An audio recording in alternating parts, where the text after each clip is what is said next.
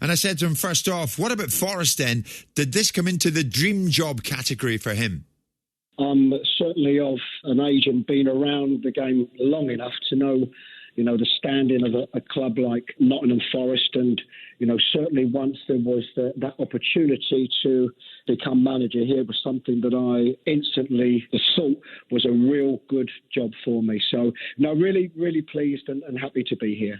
Do you know, I'm with you on that, Chris, but I think because of our age, I immediately think of the likes of Brian Clough, Archie Gemmill, John McGovern, the list goes on and on. This is a special club, Chris, isn't it? Well, it's a special club, Jim, but also, apart from, those wonderful years, because I've continued to be involved in the game, I've gone through, a lot of the eras, having played against the club as a player, and then of course having managed against the club as a manager. So this is not a club that I remember the history and then we are now. There's been a process along which I've been involved in, and I've seen the progress and the club have made over a period of time. You've had a few big jobs in your time, but I wonder if this one's the biggest one. Possibly, I think with the timing. I mean, of course, having been brought in, I think there's always a reason, and it's been a difficult start to the season and of course, a very difficult end to last season. And first and foremost, it's about making sure that we get enough good results, and it's certainly in at the deep end with 7 games in 22 days. But yes, it's a big job. I see it as a big responsibility, and one that I'm really up for this challenge.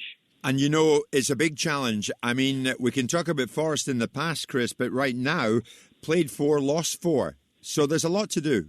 Yes, there is. And first and foremost, that's the most important thing, making sure that we can get some points on the board, get a little bit of confidence in the team.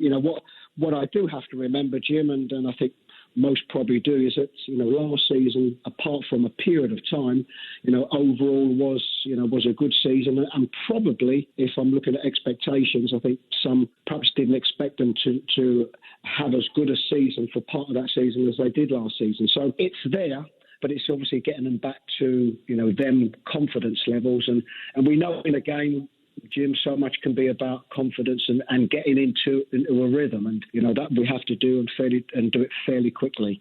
I'm sure you'll have spoken directly with the owner, Evangelos Marinakis. There's a domestic window still on the go at the moment, Chris. Would you hope to do any business? Yes, I think it's my responsibility to go through the squad. Probably, unfortunately, there's only a short period of time, and I have to try and make as many assessments as possible. But what I would like to do is, by the time the window closes, is to have, close to, the best balance of squad, that I can get. I don't see a lot of changes, but yes, any opportunity that we have of having the best squad that we can before that window closes, we will certainly look to capitalise on. I mean, they just missed out in the playoffs last season, Chris. They petered out for them in the end. And I think that began to spell the beginning of the end for Lamucci. Obviously, that has to be the target, at least the playoffs.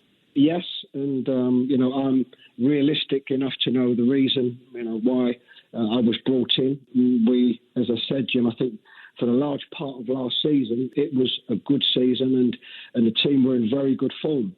So it's there, it's there within them.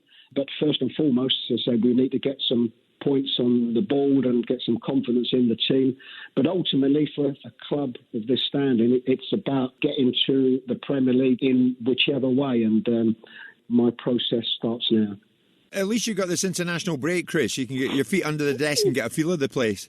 Yeah, well, I think that's been a godsend, Jim, I'd have to say, because, as I said, after that we play 7 games in 22 days. So it's going to be a really hectic time as regards preparation, playing and of course, recovery. So, yes, I'll use this international break well. What I am getting to terms with, of course, is, the COVID situation now at clubs. And, of course, because being involved for a little while, some of this is new to me, but I'm learning very, very quickly around, the regulations and what we have to do. And as I say, it's a job that I need to get me teeth into very quickly. You know, that's such a good point you make, Chris, because you've seen what's been going on with Gareth Southgate in England this week, and then Steve Clarke in Scotland's got a similar headache, and they play tonight. I mean, you have to be so vigilant day in, day out regards COVID. Well, I think you have to be so vigilant, Jim, but I think what we are finding, and I'm quite sure that some of those individuals, players that have been tested positive, have been trying the best they can to do everything right.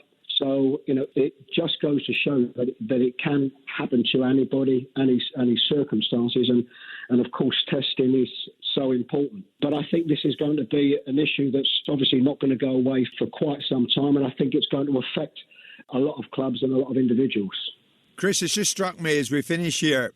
What are you going to do now? Because you've been getting used to listening to me and Jordan between 10 and 1. You've got to go out onto that training ground now. You've got to forget us, mate. What I've managed to do, I think I shall get somebody to record it, and then the occasional days when I'm heading down the motorway on a day off, then perhaps I can put you on, Jim. Chris Hughton speaking to me.